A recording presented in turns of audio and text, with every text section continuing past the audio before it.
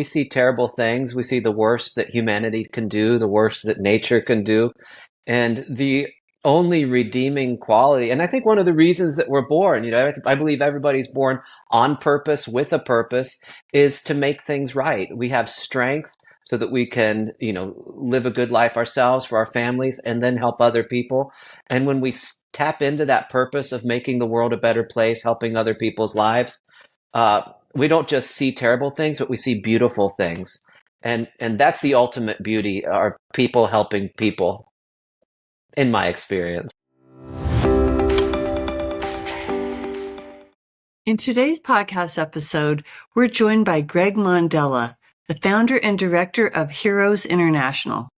Gregg's journey from a personal revelation he had at age 16 through his decades doing international humanitarian work, 20 of them spent partially in Ukraine, is a story of transformation and hope. Throughout our conversation, Gregg shares his profound insights into the challenges Ukrainians are enduring daily, some of which existed before the war began, like the alarming rates of human trafficking. And since the invasion from Russia began in February 22, the soaring number of widows and orphan children. Gregg's dedication to providing practical, emotional, and spiritual support through initiatives like the Trident Widows Club is not just changing lives, but it's actually reshaping communities. So join us as we explore Gregg's unique journey and the impactful work of Heroes International and his vision for a world where doing good is both a duty and a joy. Hi, Gregg. Welcome to the podcast. Thank you. Good to be here. It's really lovely to meet you. I got to meet you just talking a little bit before we came on, but I have heard about you from our mutual friends, Sarah Davis and Tracy, who always introduces me to amazing people. She's an amazing person. She is. Amazing people know amazing people. And she put us together. So I'm really excited to learn about your work in Ukraine, which is where I believe you two met. And also parts beyond, because you get around the world from one place to another. So you have a very deep and rich experience, and I'm eager to hear about all of it, but with a focus on Ukraine, we've spent a lot of time. So you're the founder and the director of an organization called Heroes International, and I'm going to have you introduce that in just a minute. But first, I wanted to read something that I read on your Heroes International website, which is why I was really excited about having you on the show, because you said, doing good should feel good. Helping change the world is exciting. It's fun, and I love it. And that spoke to me so much, because people forget that's part of changing the world and making it better, is that it's fun and it feels amazing. That's been your experience? Oh, yeah, sure. I mean, we see terrible things. We see the worst that humanity can do, the worst that nature can do. And the only redeeming quality, and I think one of the reasons that we're born, I believe everybody's born on purpose with a purpose, is to make things right. We have strength so that we can, live a good life ourselves, for our families, and then help other people. And when we tap into that purpose of making the world a better place, helping other people's lives, we don't just see terrible things, but we see beautiful things. And that's the ultimate beauty, are people helping people, in my experience. Well, that was very well said. In fact, this is the other thing you said, and it's everyone wants to do something heroic, which I absolutely think is true. Something meaningful beyond themselves, at least once in their lives. We're here to make that happen, not just once, but anytime you want.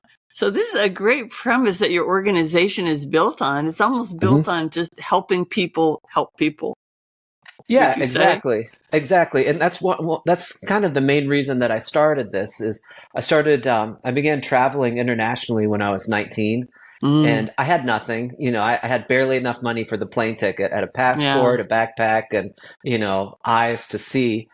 And all I wanted to do, I was like, you see these, people starving to death, people lonely, so lonely, they're dying of a broken heart.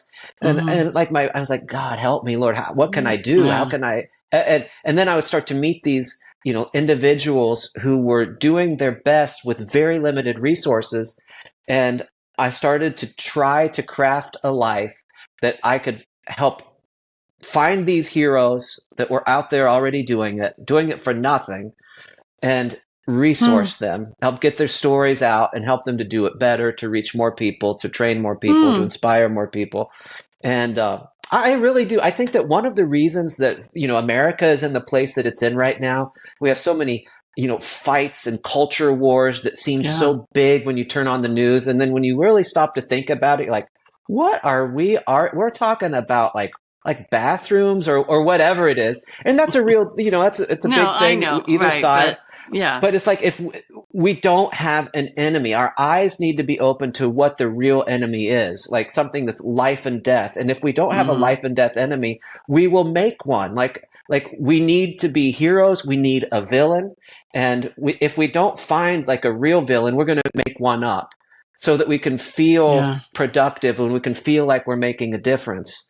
And Yeah. so that's kind of been my life over the past 25, 30 years, is trying to find real enemies, not people, but issues, Situations. Yeah. situations that are going on that we can actually Hmm. help to save lives and to make the world an actually better place instead of inventing problems out of thin air. Or I'm not saying that they're not issues that we're dealing with, No, I but understand. I there's a lot of understand. things that we can do that can actually it's Yeah. that can make the world a Yeah. better place. Yeah. Yeah. Well, when you went when you were 19, so tell me a little bit Mhm. more about that because did you go by yourself and where did you go? I'm just curious where That's you a good started off. question. Yeah. So, I guess going back just a little bit before that, I was raised by a single mom Hmm. and wonderful woman. Love her so much. She rescued me along with her parents, my grandparents, out of a Hmm. very abusive home environment. Oh, And yeah. being raised by a single mom, I guess, and with two younger sisters, I think that my nature just became a little bit that of like a protector. Protector. Yeah. And Yeah. so I never even put it together until kind of recently that, Really? yeah, just, seeing the struggles that single women go through, that girls go through, like, uh, young ladies, especially that are in a financially difficult situation that can't Yeah. find work, being vulnerable and at risk for so many different things, and even the Yeah. elderly. I began to notice that. So my first trip, uh, I wanted to go to comedy school. Like my dream was to be a comedy writer. I wanted to be a sketch comedy writer for Saturday Night Live, Oh. Oh, really? something How like that. Yeah, that fun. was my goal. That was Yeah. my only ambition. Boy, And you're talking about two very different lives. oh, I know. Lives. And Yeah. when I was 16, I had this, I don't know, kind of a revelation. I kind of found God in a very real way for myself. And I thought, I don't care Hmm. about getting famous. I don't even care about making people laugh so much. I just want to make the world a better place and let people know Hmm. that, that it's not as complicated as what it seems. And so I went to seminary, went to Bible college, Oh. and it Oh. was a mission trip. I was too, scared. I grew up I'm in a small town right now in Ohio. Yeah. Yeah. Uh, First person in my family to have a passport probably ever. Oh. And so I went on a mission trip, and it was to Italy. So it was like a soft entry to Yeah. No overseas. kidding. Kind of cool. It was Very awesome. cool. Yeah. But then from there, the next trip was to Israel, and then from there to India, and just kind of going into just totally different. Now it's been to over 100 countries where Wait, I've is this been. with the same organization that I mean, No, you I started with them with another mission and then broke yeah, off on I your just own? started on like a little mission trip through the school, and Hmm. I realized very quickly that um, so many of these humanitarian mission trips or Christian mission trips, all of them, they're great to see the world. And what they always say is that it changes the person going more than it changes the people where you Uh-huh. go. And Often. that's Hmm. okay. Like, that's Hmm. good, for a trip or two or three or four. Yeah. But then it's like, I actually wanted to do something more where I would Right. actually do good. Make a And difference for them, not just for them, yourself. Right. Yeah. yeah, and kind of make it. And a lot of these trips that people take are more about money making for the organization going or Mm. fundraising for the organization than for the people there. Mm. I just saw so many broken parts of that system that were based out of Oh. like a 1950s model And that's why I started Heroes International, Okay. our own nonprofit, 501c3, is so that we could not go through the bureaucracy or have, a huge organization back home. Like our operating costs in the United States, the only thing that we pay for here is a website. That's it. That's it. Everybody's a volunteer in the United States that works with us. I don't take a salary. How does everyone live? How do you live without a salary? Everybody's a professional, and then including myself. So you have another source of income, you're saying? I do. I have Airbnbs after my father passed away. I had a small inheritance, invested that in real estate, and good. That's grew great. that. Yeah, so I have, I don't want to call it passive because it's not passive at all, but I'm sure. I spend at least 2 months in the United States every year, at least 2 months working hard with my own hands, so that I can have enough money to go out and spend that money helping other people, and sometimes with the help of partners of Heroes. That's amazing. I mean, I feel I have mixed emotions about it though too, because I know there's so many different ways to run a 501c3. I've done it myself. I've started and run one, and it is. It's people do still need to make a living, and that's why it's difficult. So in your case, you're saying everyone has another source of income, so they're not full-time jobs that work for. I mean, yours sounds not like here. It is. We have staff in Moldova and Ukraine full-time. And so we pay them a very good salary for it's a living wage and then some because it's so dangerous. Okay. I see. Battle pay, as they say. Okay, so that's amazing. So let's back up a little bit. And I'm so curious about how we're definitely going to get to the work that you're doing today, but it is kind of nice to see the story build. So I know you went to Italy, and then how did you end up? So it's Moldova, which honestly, I bet 99 people in America out of 100 couldn't find Moldova on a map. But it's right next to Ukraine. Before I went there. I had to go there to even care enough to find it on a map. We never hear about it. Never. It's not on the news. And so. No, it's the country that doesn't exist, basically. How so? It's the smallest country in Europe. It's the poorest country in Europe. It's the salaries are on par with Haiti. And because it's not European Union and it's not part of, Russia and Russia's little, network over there. Was it part of the Soviet Union? It was part of the Soviet Union. Okay. It had its independence, I think in 1991. Okay. And it's just struggled ever since. Its economy was propped up artificially by the Soviets. Yeah. And so it was just, and it was completely corrupt, and they're trying to break out of that. And it even has a zone within Moldova that is still controlled by the Russians, which makes it very unique geopolitically. I sense a theme going on here. Yeah, it's the only country in the world that still has that region called Transnistria. It's the only place in the world that still has KGB. Some of their cash is made from plastic. It's a really interesting What did you say? place. It's trans what? Transnistria. I don't know what that is. What is that? Yeah, it's just a little breakaway, kind of a attempted breakaway republic in Moldova, between Moldova and Ukraine. Oh, it's the name of a republic, I see, in Moldova. Yeah. An area in Moldova. Okay. Wow. Well, so plot thickens for Moldova. So, but how did you end up there, and what kind of work were you doing? I started doing, I visited Ukraine for the first time, I don't know, 20-something years ago. And we found abandoned seniors, people whose their pension, their Social Security, all the money that they were getting in was $30 a month or that. And so poor that they had to choose between food or firewood or medicine, but they could only have one of those three. And then I went to Moldova, which was even worse, if that's possible, even poorer. And I couldn't believe just the suffering of the elderly. And not only that, but from my translators, I was doing a lot of speaking, work with churches, kind of mobilizing young people in youth groups, going into universities, helping teach entrepreneur classes, starting small businesses. And what we were seeing was that so many of the young people, including some of my own translators, were being deceived into being sex trafficked. And it was not just epidemic. It was pandemic. It was everywhere. This problem just permeated every part of the society in Ukraine and Moldova, especially Moldova. So, Can I, yeah, who is doing the sex trafficking? Who were they? People from Moldova and Ukraine that were creating the systems? they were part of the pipeline. Yeah, sure. They were part of the pipeline. And it was people that you would never imagine. So, the end users are typically Western European, so like the Johns, the people that would be paying for the services, the rape, would be half of it was Western Europe, EU, and the other half would be primarily Turkey and the Middle East, and then the rest of the world.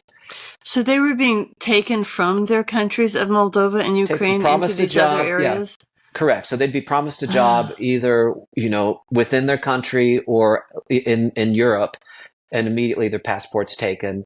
It's just exactly like what you would see on a movie like Taken or Equalizer or all of that. Those scenarios are all real life, but unfortunately, there's not a whole lot of heroes out there getting them yet.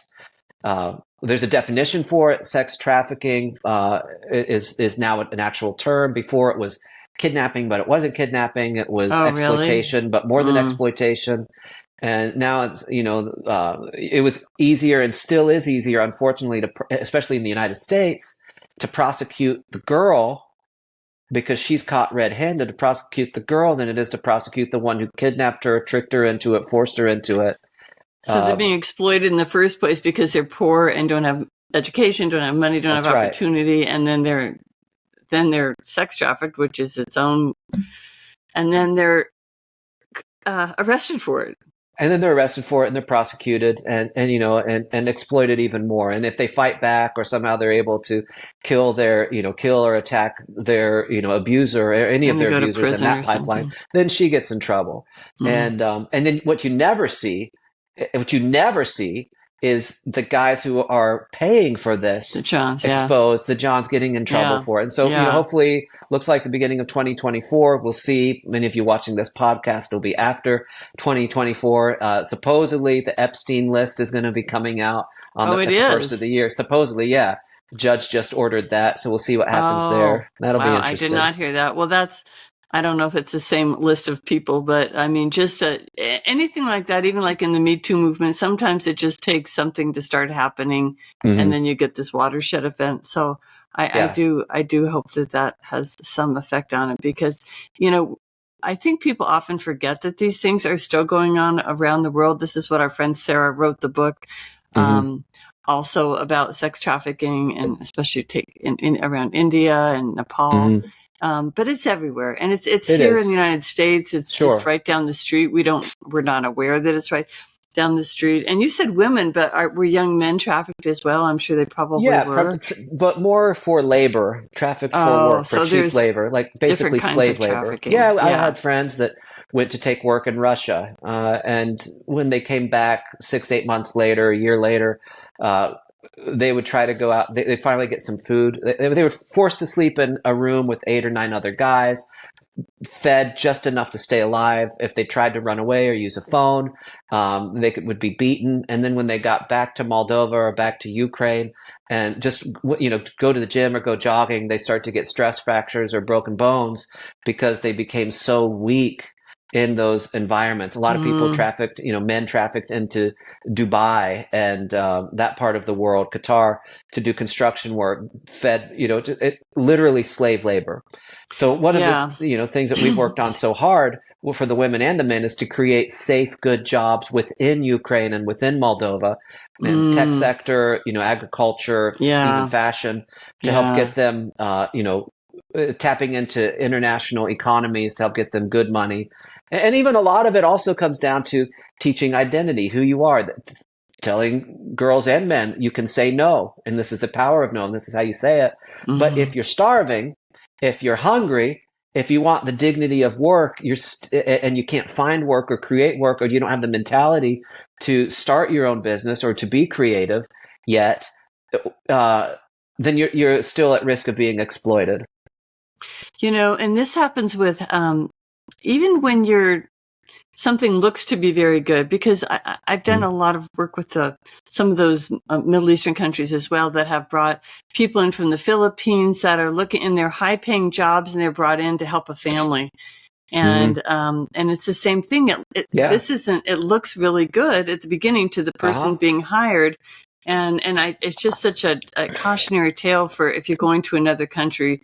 Just you can't have enough protection, because they're, yes, they're in this lovely house working for this lovely family, but their passport is gone, and sometimes they're working 15, 16 hours a day. They're being beaten often, and you can't leave. You can't escape. You are being kidnapped. And so it even kind of looks to the outside. It happened even in Denver, where somebody was, there are people that are brought in. I mean, so it happens all around us. So anytime that you hear somebody say, like, they say, well, they should be thankful. Oh, no, you need to pay them, or you need to give them more. Well, I'm doing enough already, and they should be thankful for it. When you start to hear like bosses or host families, when they say that, then you know something. They should just be thankful that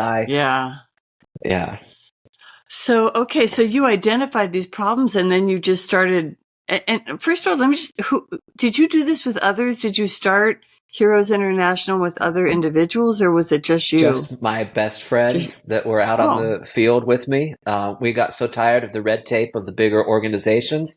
We saw the waste, the grift. We saw how they were, so irresponsible with other people's money. And, the NGOs you're talking about? NGOs, correct. Yeah. Just so irresponsible with them. I believe that every donation, like when you give to the poor, I believe that basically you're giving to God. And I look at that as like, it's a holy, sacred thing when you're entrusted with somebody's money, and you say, we're going to take this and we're going to help other people. And so I saw so much of that money being, just kind of, taken. And I also saw it being given to locals in a very irresponsible way, people that could be working or should be working, and instead they turned into professional beggars. So like learning how to just connect, over, like this, or write the right newsletters, but then they weren't really doing anything. They take one picture, and all of that was so disgusting to me that we just decided to start our own, where we could move fast. We didn't have to get permission from anybody except our own board to go out and do a project to help certain, people, to start a business. We go in, and so now what we do, like even with the war in Ukraine, I was there in Moldova when the war happened, when it started, the full-scale invasion started. I've been working there for 20 years. And we go in before the big organizations go in. We go after the people, groups of people that are maybe too marginalized or forgotten, that the big organizations don't want to get or don't have time to get. So we've been able to rescue 15,000 people, to evacuate them out of Ukraine, really, to get them to safety. Yeah, 15,000. Provided, cumulatively hundreds of thousands of nights in safety, safe beds, hot showers, good meals, primarily women and children and the elderly. And now our work over there is shifted as the war has shifted. But I want to get to what you shifted to. But before I do, can you maybe describe a little bit more granularly, if you will, like how do you, like you're not a soldier, you're not trained to work in warfare, right? Even as a volunteer, or are you? Well, I'm a redneck, and that means I know how to handle a gun. You're trained. Yeah. All right. All right. But I'm not a soldier, and I'm not a combatant. That's right. Yeah. So physically, what would you do? You'd go into places where there was going to be bombing, or there was bombing, or it had already happened, or how do you get people out, and where do you take them, and how do you know what to do? Yeah, so that's where the 20 years of my life prior working in Ukraine came in handy, is, working with people when I was 20, and they were, younger as well. Now they moved into positions of influence, leaders in the community. So a lot of them had turned into, local, council members, mayors, pastors, and people that I trusted, that I saw a life of integrity, years and years of integrity. So when the full-scale invasion happened and Kiev was being surrounded, for example, and people were just being, butchered, the Russians were parachuting in, and they were just slaughtering everyone that they could, raping, every terrible thing you can imagine was happening. And I couldn't get over there. I was working down on the border with Ukraine and Moldova, helping facilitate that. So what I did is I started calling all of the leaders that I knew. What's going on? What are you doing? What do you need?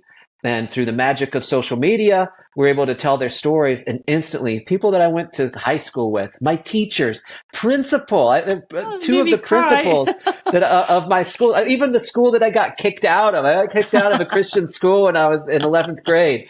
And the principal of the school, she sent donated money? Is that what you're so much money for us to buy vehicles. And we started, these are people in Ukraine that were driving these Ladas, these little, almost clown-looking type Soviet-era cars that could fit two people and maybe two very skinny people in the back. They're packing them out with 6-8 people going behind enemy lines, driving through creeks, cars breaking down because they're not very good cars. Yeah. And I was able to go online. It's okay, instead of getting you, let's get you a van. Let's get you like a tough van that you could, instead of 6 or 8 people, you can get 15, 20 people. So we immediately out? Yeah, we immediately started buying vehicles in Moldova and sending them over. I called these friends of mine in Kiev that were doing this nonstop and say, what are you guys doing? They say, well, we just had a prayer meeting and now we're making Molotov cocktails. And as soon as it's dark, we're going to go out and fight. Wow. And this was life, and it still is life in many parts of Ukraine. So it was a lot of coordinating, a lot of working with people that I trusted, and that's still how it looks. And thank God we've been able to bring a lot of them on staff, not to do our will, but to just empower them to do what they've been doing all along. So you have staff working throughout Ukraine right now, just helping in different ways? That's correct. Even right now, we have a team that's going to the front. They're on their way to somewhere in the Donetsk Oblast region, where the Russians have taken some land there, and they're going to encourage troops. They're going to be they're chaplains, so they'll a lot of people they'll be talking to, praying for, comforting, encouraging, are going out into battle. And we have a whole huge network of chaplains, and a lot of these guys we might reach anywhere from 100 to 5,000 soldiers in a day, and some of them within hours they'll be dead, they'll be killed. So we take that very, very seriously. We go into hospitals, we pray for the sick, the wounded, the injured. We provide psychological care, PTSD counseling. We've helped many people to get prosthetic limbs, to get surgeries. A lot of the wounds that we see are from stepping on landmines, drone attacks, and so the guys have lost a leg or 2 legs, and we even do sponsored reconstructive surgery. For quite a few of them. Yeah. Are most of your donors from the United States, or are they from around the world? Or currently, they're mostly in the United States. Yeah, we have several in the Netherlands where I've done a lot of work, but mainly United States. Yeah. How has the war changed since it began for you and for the people on the ground? I mean, I know it's changed in so many ways, so I don't know how to encapsulate that. But where are we as far as people on the ground right now? Because what's happened, if I can interrupt my own self, that since the war broke out between Hamas and Israel, it has really shifted. And the news, it's just as though it dropped Ukraine like a hot potato, and nobody's even hardly talking about it. And now we're not even maybe going to help fund them anymore. And we've got this battle going on. So, we just need to know more about what's the current situation. Sure.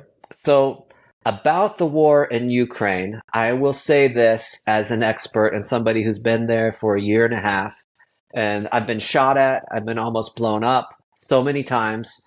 And I can tell you that the news, all of the news, they are lying. They're lying to our faces about what's happening, but it's not in the way that you would imagine. And the way that they're lying is that the war and what Russia is doing to Ukrainians is so much worse than what they're reporting, that if they reported the truth of what Russia's been doing from day one of the full-scale invasion, every single American, the most vehement pacifist would be saying, let's go in there and let's stop Russia. Let's cause Russia to cease to exist as a nation. If we really knew what was happening, it is Nazi scale. As much as Russia is accusing Ukraine of being Nazi and, biolabs and all of this stuff, they're the ones that are really, fascist, genocidal, in every level, and it's so brutal what they're doing. And I came back to Moldova one time after going into Ukraine. I came back, and what we saw, I saw bodies. I had my windshield shot. I talked to survivors of these terrible, terrible atrocities that Russia committed on the ground, in the air. And I saw a group of U.S. senators and a couple people from the House from Washington at a hotel, at a restaurant, and I saw them talking, and they said, well, we're not really. And I went over there and I told them, exactly what I said. Well, we didn't know. We had no idea. They weren't getting it from our intelligence. Our intelligence knows everything. Why? Why? What would be the point in not sharing this? It's that it would escalate too much. And if we escalated this and we did, and we, protected the civil, it's on a scale that is worse than what Hitler did to Poland in September 1939. It's way, way, way worse. The numbers are 10 times, 100 times higher than what is being reported. And right. If we responded in kind, or if we did if we just stopped this, the thought is Russia might, have their, their hubris, like they might go nuclear. They might respond in a certain way that would be, disproportionate. They might attack us. They might attack Europe. Maybe, probably not, but they might. And I don't think that anybody's ready for that. I even talked to a representative from the BBC and from some Japanese network. I was like, what are you guys doing? Why are you not telling? And they said, we can't. Our producers won't let us tell the full story. It's just too much. The human, and here's what I think. I think there's two things happening now.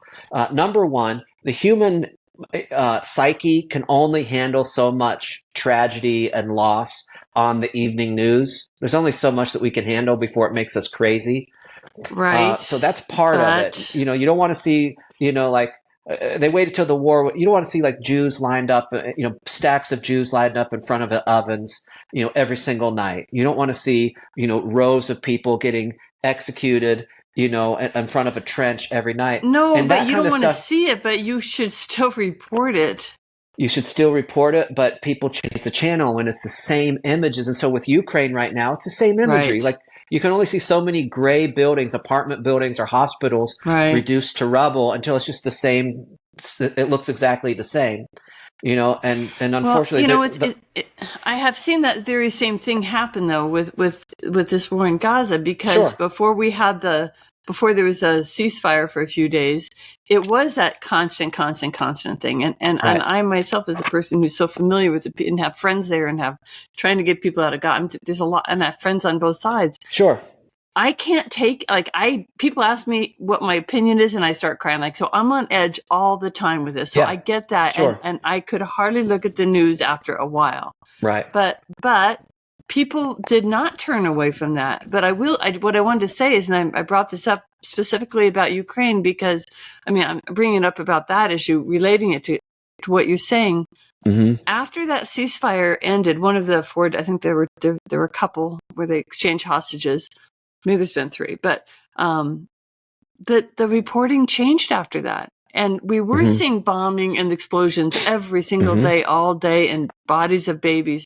I see it a lot on social media. I don't see it on the news anymore. Right. It stopped by 80%. And I'm like, what is going on? And that I've really been noticing Ukraine too, and how it has completely dropped off. So I hear what you're saying. It's hard for me to buy it 100% because I can't believe we're like, okay, I could see the news doing it. Okay, we're not selling as much. We're not, it's not profitable anymore to keep showing the same images every night. But what about the intel? Right. What about our government? What about telling the House and the Senate as they're trying to get more money through? Politics plays into it so much, so much. I know it's all politics. It's really awful. Social media even is like I'm shadow banned because I'm telling the truth out Yeah, there, and they same's don't, happening. Yeah. yeah, Russia is very powerful when it comes to, they're financially, they influence a lot of people, and somehow, unfortunately, a lot on the American right, which I would somehow maybe align myself with on certain issues, but certainly, Mm-hmm. not all of them, and definitely Mm-hmm. not where the right, they've bought into, Russia's narrative so much. It's just really, really disheartening. It's really, really bad.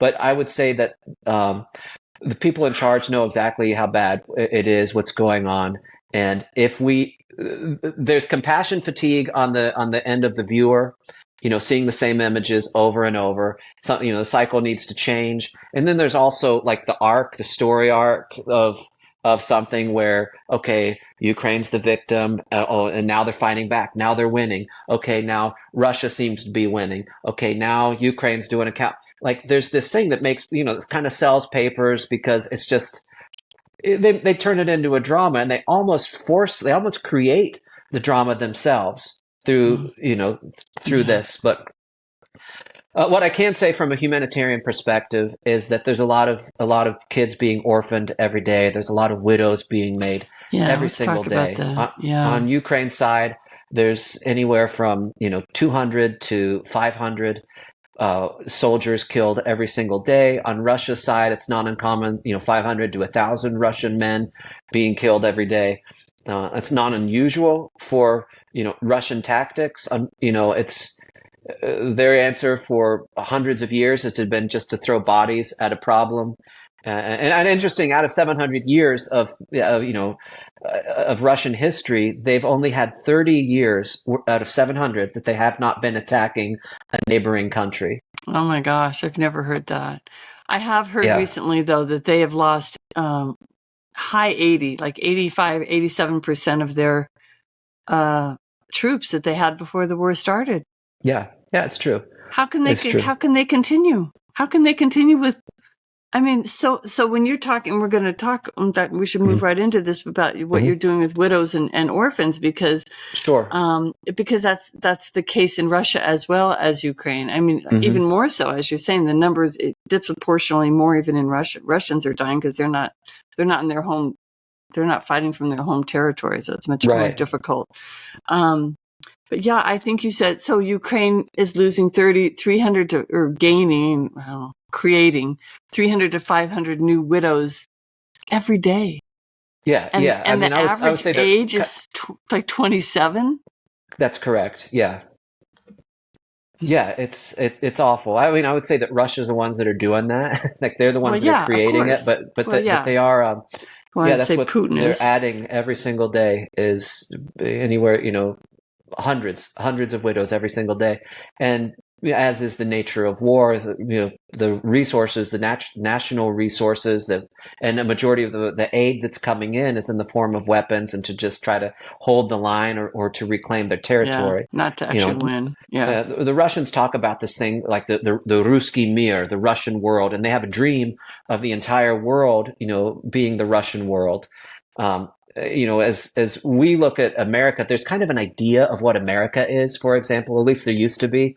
And among, half of us, maybe there still is, of a land of liberty and freedom, and where you can dream big, and if you study hard, and, and all land this, of you can achieve. Yeah. Land of opportunity, that's right, where the government is of the people, even if it's not exactly that now. It's still, you can open a bank account, you can start a business. Sure, of course, compared to what's going on in people many are places. Generally friendly, they're generally supportive. And so the purpose of we want to get roads to support the infrastructure, to support people, so we have jobs, so that families. Russian mentality, they've never been. We are the way that we are in this country because we've had. We were founded by people that were seeking religious freedom. They were by nature rebellious. They didn't want to have government or anyone telling them what to do or micromanaging their lives. We had, awakenings and enlightenments and all of these things to kind of revive and awaken our soul to things like, if not the 10 Commandments, at least the Golden Rule: treat people the way you want to be treated. It's kind of, in general, internalized into who we are as a people. And Russia, on the other hand, is not like Europe or the United States. They've never had an enlightenment. They never had a like a real renaissance. They've never had any type of religious revivals or awakenings on a national scale. Ukraine has, to a degree, over the past 30 years, but Russia has not. And so what you see is a lot of the barbarism, like, the way that women are treated, the way that kids are treated, orphans, the marginalized, the vulnerable, the defenseless. It's still extremely brutal, the way that war is carried out, the way that government is run, theft, forced prostitution, all of these things, like murder. It's all just kind of accepted in the way that life is, and you don't speak out, because anyone that speaks out then is the enemy. You don't bring awareness to a problem, or you get put in prison, or you get tossed out a window.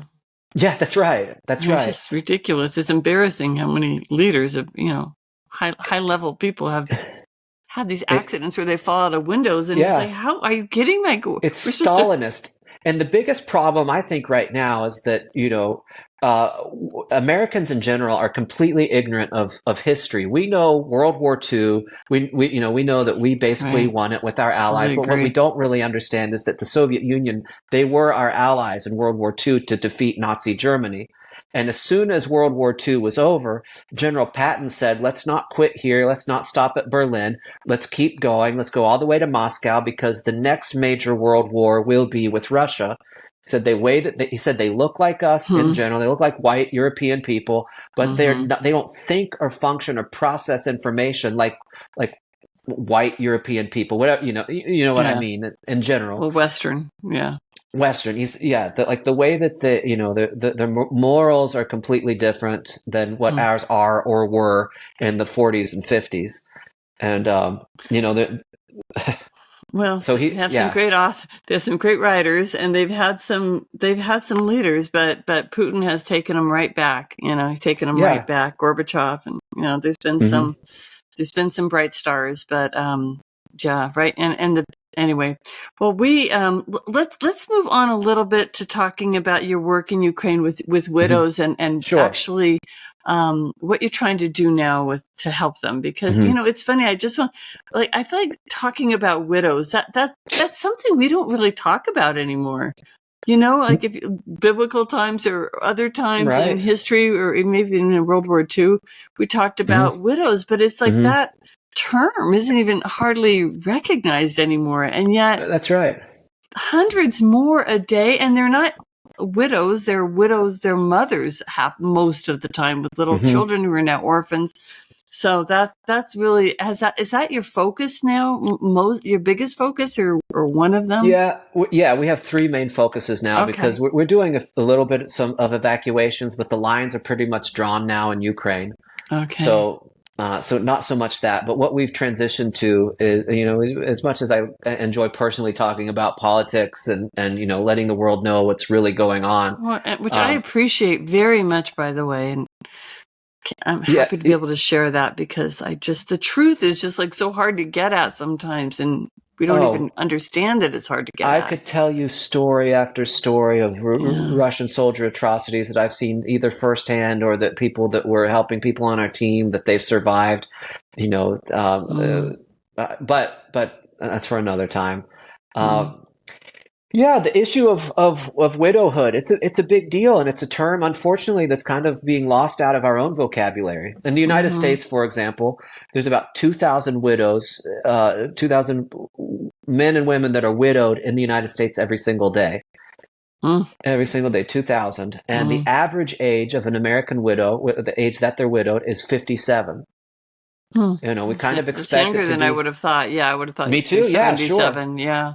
You would think, 70s, 80s, 90s. Yeah. But it's 57 in the States. And now in Ukraine, the average age is 27.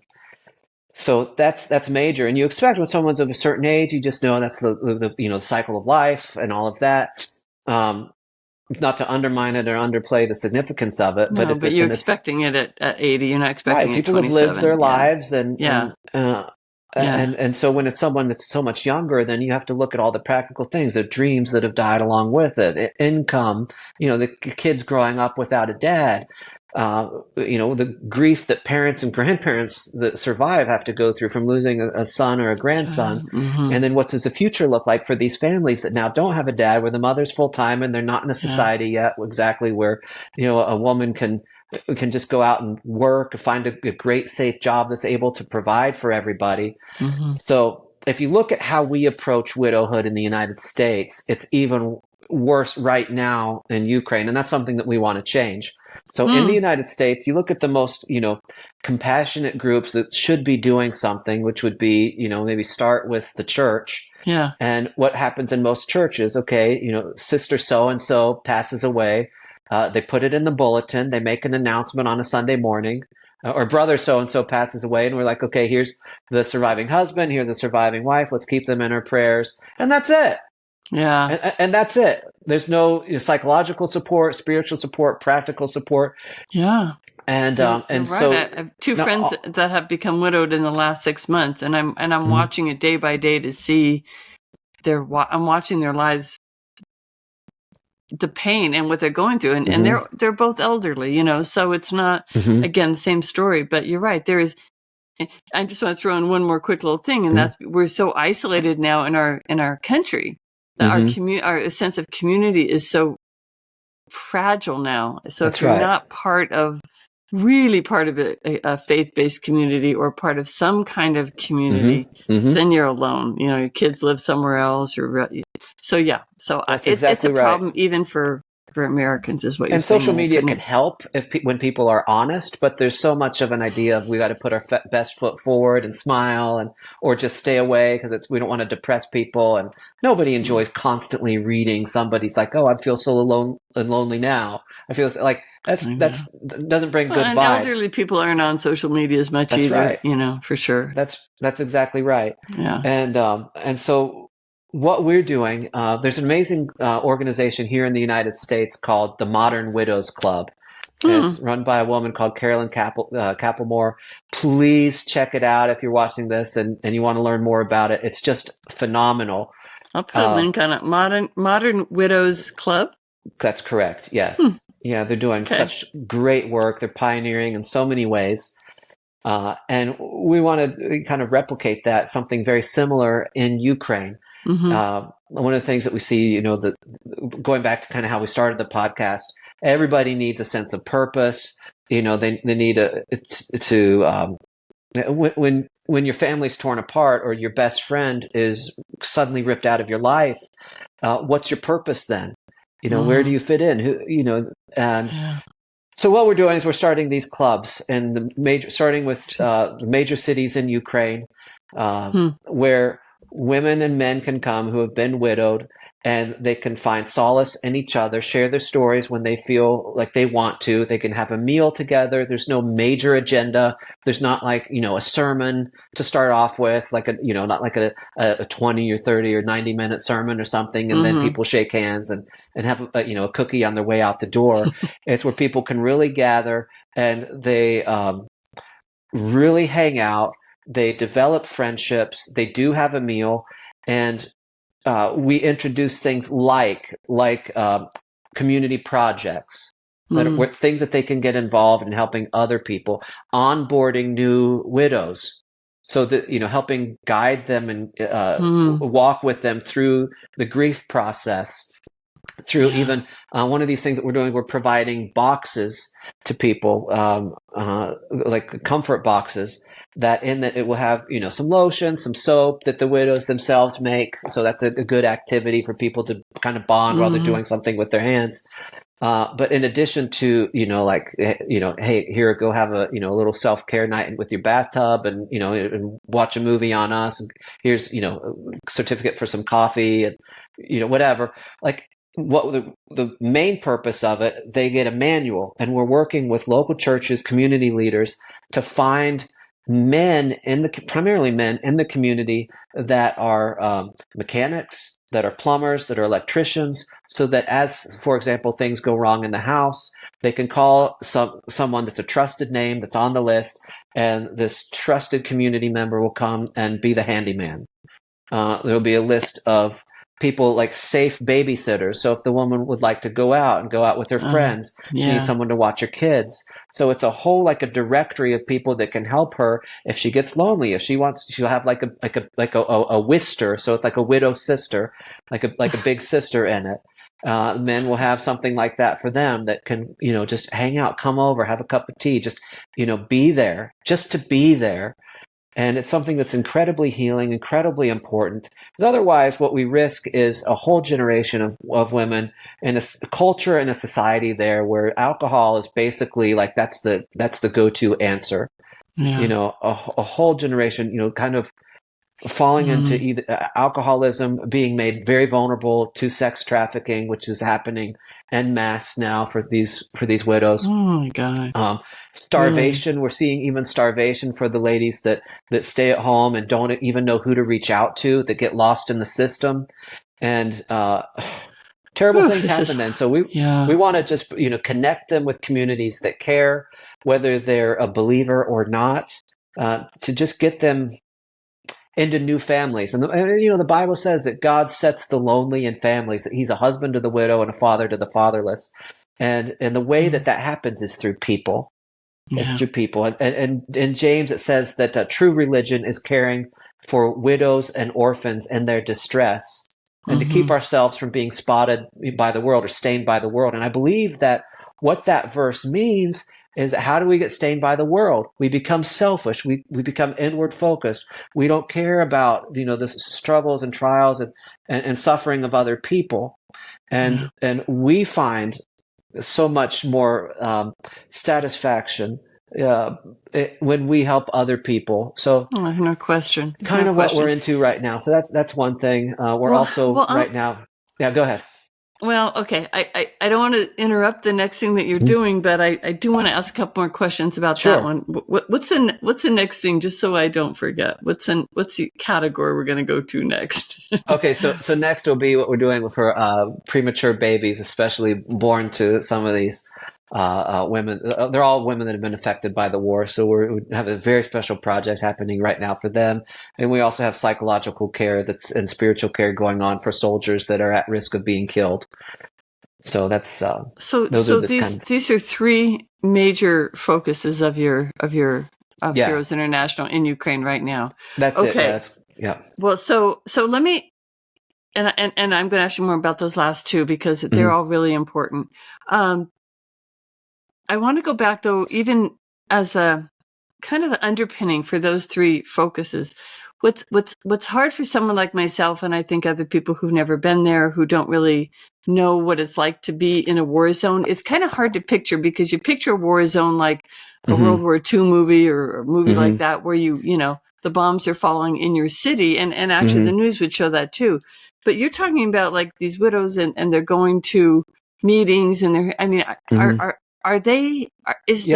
is the front line away from where a lot of people are right now, and they're just losing their husbands are going away to the front to fight? That's correct. And dying there. Okay. Yeah. Now that's how it was. It was the entire country was literally like a war zone. And it still is, because of these missiles, the drones and the missiles. There's not really a safe place in all of Ukraine. So you've got that underlying everything, is that you're living in fear 24/7. That's exactly right. In the best of circumstances. Yeah, I was just there a couple weeks ago, and at least 2-3 times a day. I was in the West that particular trip. It was my first time ever to the west of Ukraine, which is the peaceful part of Ukraine.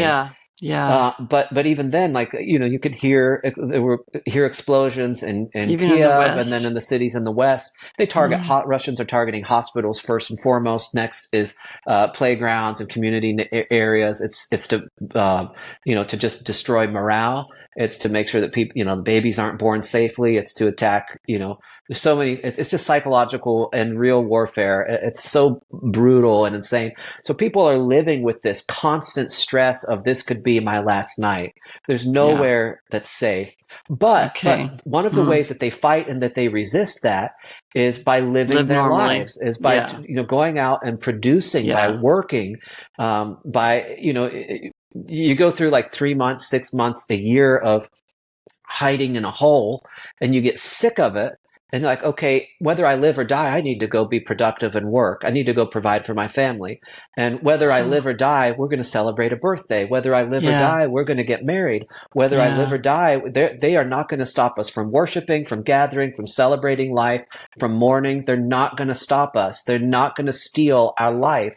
And that's what separates, this Ukrainian defiant spirit. They were the first country 30 years before the United States had a democratic republic, before we existed as a democratic republic, before we signed our Declaration of Independence even.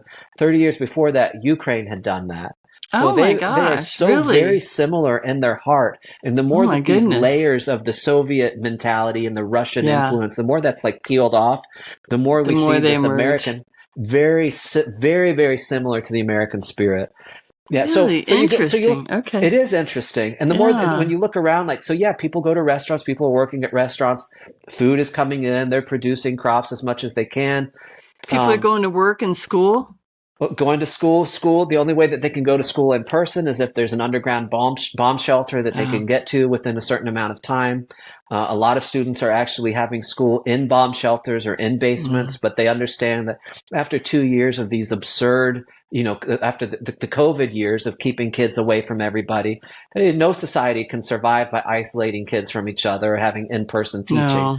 So they know that they've got to do that, and they are doing it. Yeah. They have Yeah. found a way to survive, and it's And amazing live. to see. So the actual, like hand to hand combat, that's happening in about 20% of the country in the east and kind of Hmm. south right now, but you've got 80% of the land where there's not that hand to hand combat happening.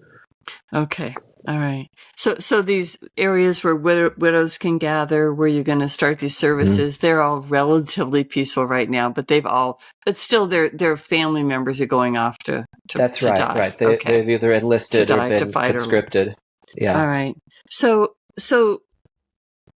and also before we leave the subject of the Modern Widows Club, Mhm. I know that you're raising money for blessing boxes, the boxes that you Yes, described. I love yeah. that term. I know you didn't use it when you described it, but I'm going to use it because I think it's such a great alliteration Hmm. and it's so descriptive. So I want to make sure that people know how to donate and I don't know if you're fundraising for all of these issues, but I do know you're Hmm. fundraising for that one. To start sometime in 2024, that you want to Hmm. take these boxes and you want to start these clubs. Yeah, Um, so how would they do that? And then I will also, of course, put that up on the screen as we're talking, and then on the recording, but also on the show notes, so people can go to my website or to anywhere that. sure. Well, we want to do something that's mildly extravagant for these ladies, for Mm-hmm. every single one of them. And so we're having a blessing box. The more that we make, that we'll be able to bring the cost down. But this is our first go at it. Mm-hmm. Uh, it's it's. I'm sorry. No, I'm Um, sorry. a year ago, my mom was widowed, and a couple months ago, my grandma. Sorry. We lost our granddad. They were together for 69 years of marriage, only one night away from each other that whole time. Oh my And so I've gosh. seen both of the women in my life Oh. widowed in the past year. And I see how Mm. certain people in the community have and haven't reached out, and what this level of support has been here in the United States. And it's so much more on my heart seeing my mother and grandmother go through it at basically the same time. And then, there's thousands and thousands, tens of thousands of women going through it in the country where I've been called to serve. And I just want to make sure that we do that we do Yeah. something worthy of what they need. So these blessing boxes are instrumental in this. It shows them immediately. It's immediate proof in their hands that they actually are cared for and they're seen.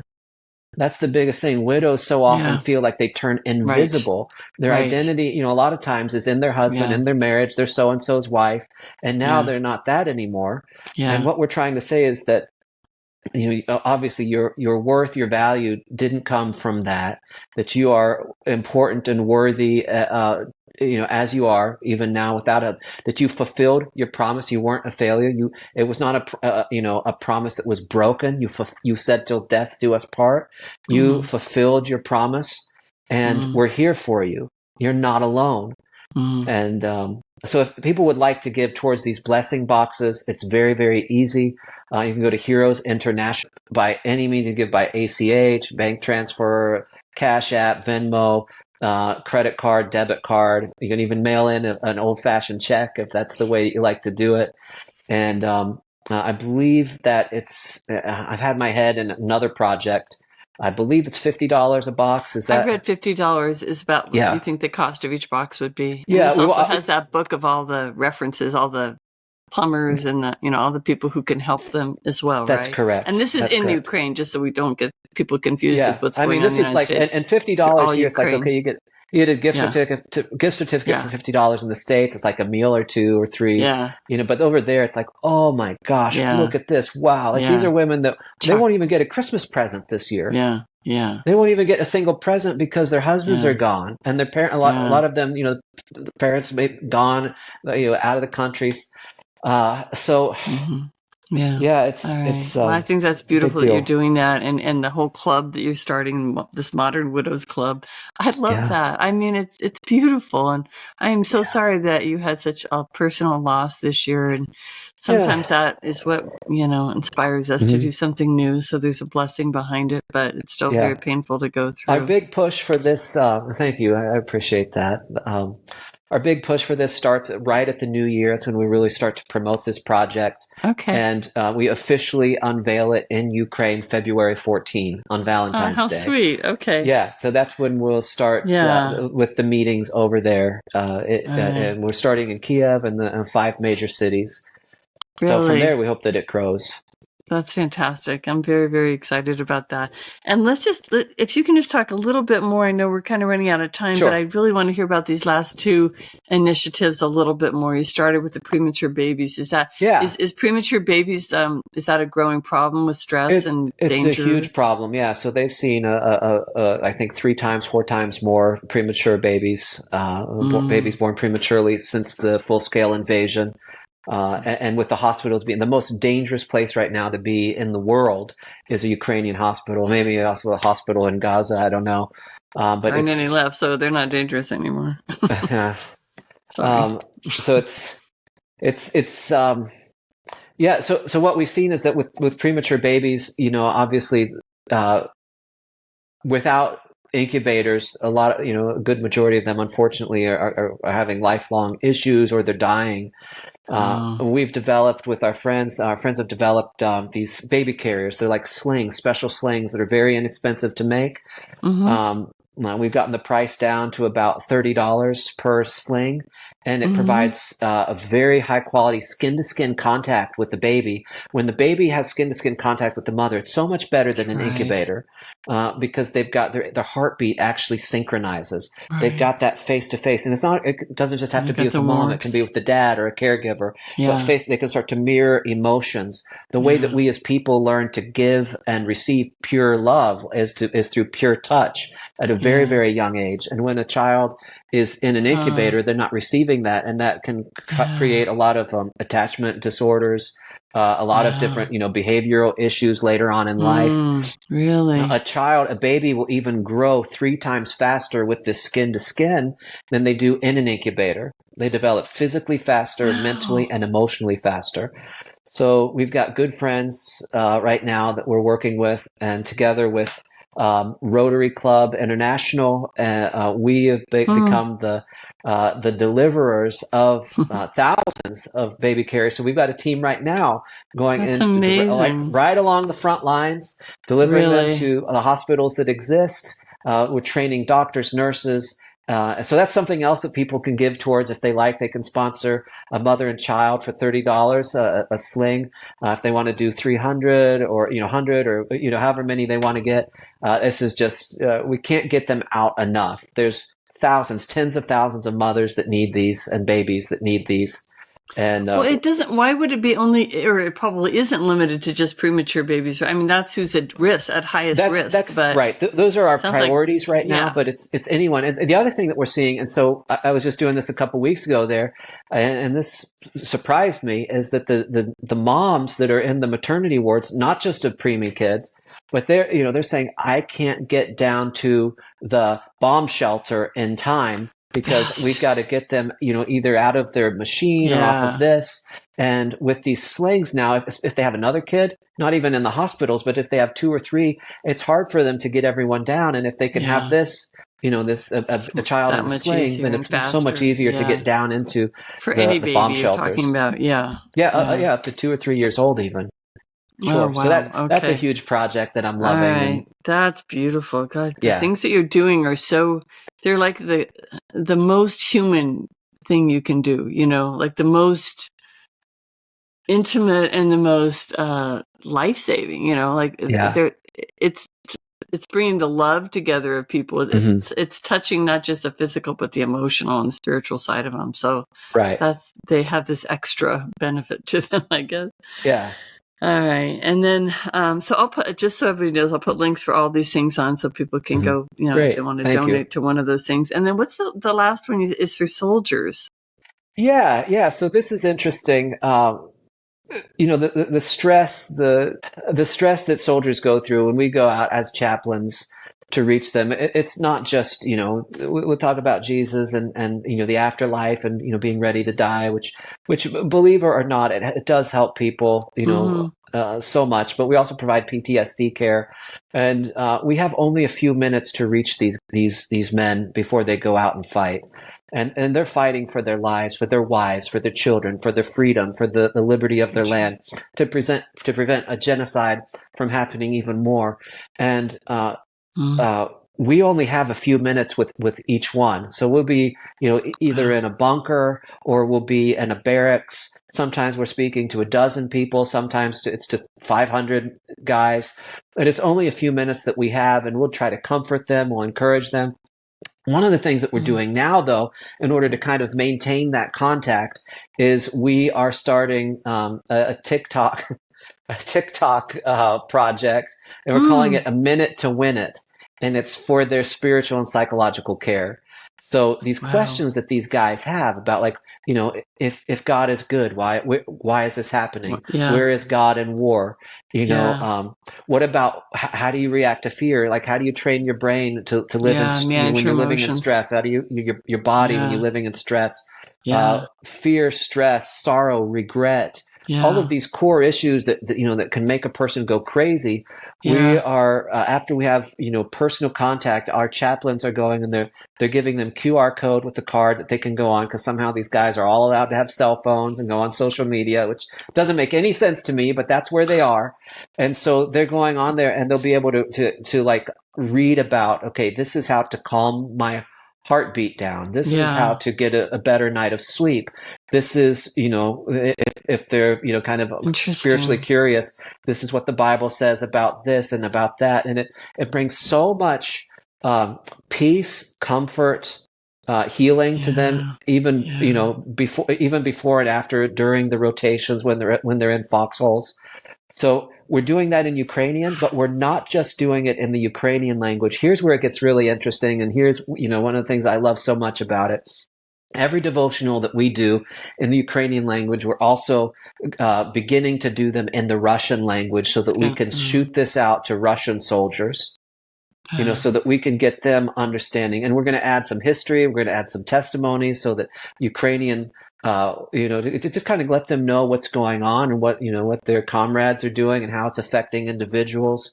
We're also giving them information on how to surrender, how to safely surrender, and the awards and rewards that they get. We've got people surrendering right now that, all they want is warm socks and warm soup, because they're so neglected. So neglected. Jesus said, love your enemies. And, usually in a conflict, I don't like to, especially a war, I'm very careful about whose side I take. But in this one, to me, it's black and white. And still, we're doing our best to love our enemies. And the best way that we can love them is to get information to them about, what's really going on, and then to help them to either surrender or to go home. Well, can they, though? They can't just go home. Not so easily. I mean, the problem with, we're talking about Russian soldiers, but not one of them wants to be there. This is not their battle. This is the Russian. But the way they behave, many have behaved, Yeah, it's It not goes all of them. beyond. Yeah, I Yeah, mean, yeah. so you've got like 50-year-old men, 35-year-old men that were drafted that don't want to be Right, there. That many of them have relatives that are Ukrainian. Some of these right. guys that There's are so being many forced to ties. fight are Ukrainian, but they're in occupied lands. Mm-hmm. And Russia's reinstituted this policy that they had in World War II. That's not one step back is what they call it, and that means that uh, the commanders behind them, if they take literally one step back on the field, they're Oh, allowed to shoot them dead on sight for retreating. oh, So, they're in that a really real, hit a me. real pickle, Yeah, of what to do. And, yeah. we've even seen, entire units that have talked and said, we know that we're, you know, cannon fodder. We don't want to be, turned into, like we're just, Yeah, they know going it to the there. meat grinder.